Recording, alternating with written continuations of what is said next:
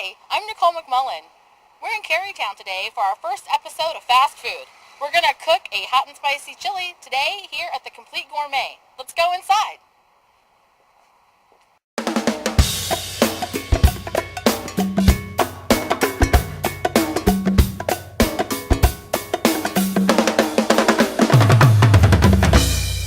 That is good. The great thing about chili is its versatility.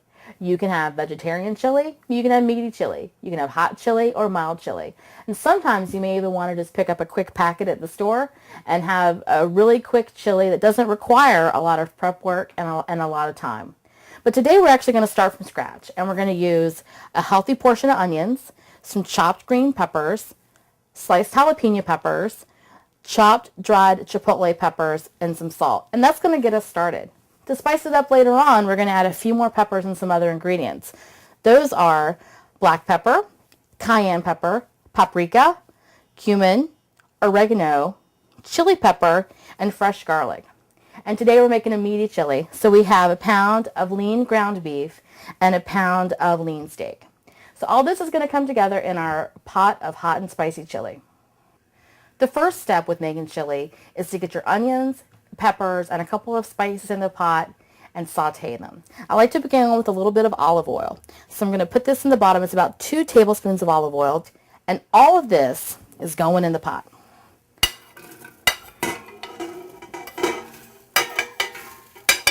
Once it gets in the pot, it's going to take a few minutes, but you want to let it brown and give it a few minutes over medium heat.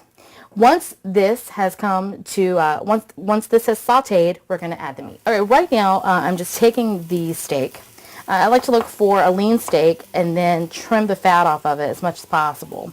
But right now what I'm going to do is take it, trim it, and cut it into smaller pieces, a little smaller than cubes.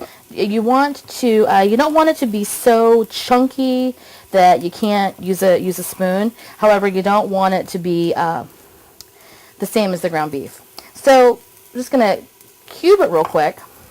This is about ready. If you wanted to take a few more minutes and let the peppers and the onions cook down just a little bit more, that would be fine as well. We're going to go ahead and add the meat to the pot. We have 1 pound of lean ground beef and 1 pound of chopped steak. So we're going to add this in. You don't need to add any more oil or water. The meat is going to add a little bit more fat as it cooks down, a little bit more liquid. About 10 minutes has passed and our meat is cooked. Our ground beef and our steak is nicely browned. Our onions and peppers have continued to cook down, and we're ready to add the next ingredients in the hot and spicy chili. We're going to add 24 ounces of tomato sauce, a 16-ounce can of red kidney beans. We're also going to add a 16-ounce can of diced tomatoes. In here we have the combination of the ingredients we looked at earlier. Chili pepper, cayenne, black pepper, cumin, paprika, salt, and all measured out. So we're going to go ahead and put that in, and that's actually going to give it that great chili flavor. So from this point, the chili is going to cook here, come to a boil. It's going to take about 5 minutes or so, and then you're going to reduce heat and cover and let it cook for about another 20 to 30 minutes, and just let it cook down. And then you want to let it turn off and stand for about 10 minutes before you serve it. So from this point, I'm going to let it come to a boil. And of course, we already have a pot ready to go. While we have one pot of chili finishing up, we're going to go ahead and take this other pot of chili and talk about presentation. In my household, chili tends to be a his and hers thing. My husband likes a big bowl of chili. He likes to put white rice in the bottom, and when he puts the chili in the bowl, he tries to leave out as much liquid as possible. He wants it really meaty and really beany, almost something he could eat with a fork. And because he likes things a little bit spicier than I do, on top of our favorite garnishes, which are sour cream and cheese, he also will add a jalapeno. I, on the other hand, like to keep it a little bit more simple. I leave off the rice.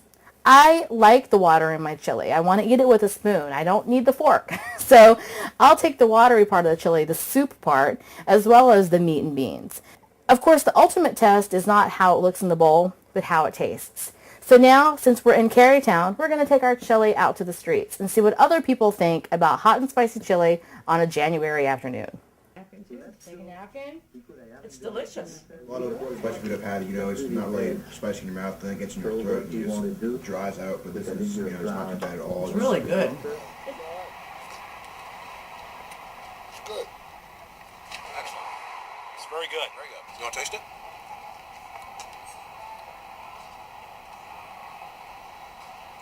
That good? You like Okay, that? good. What's your name, Chef? I'm Nicole. Nicole? Nice to meet you. Got it going on. Thanks, man. Yeah.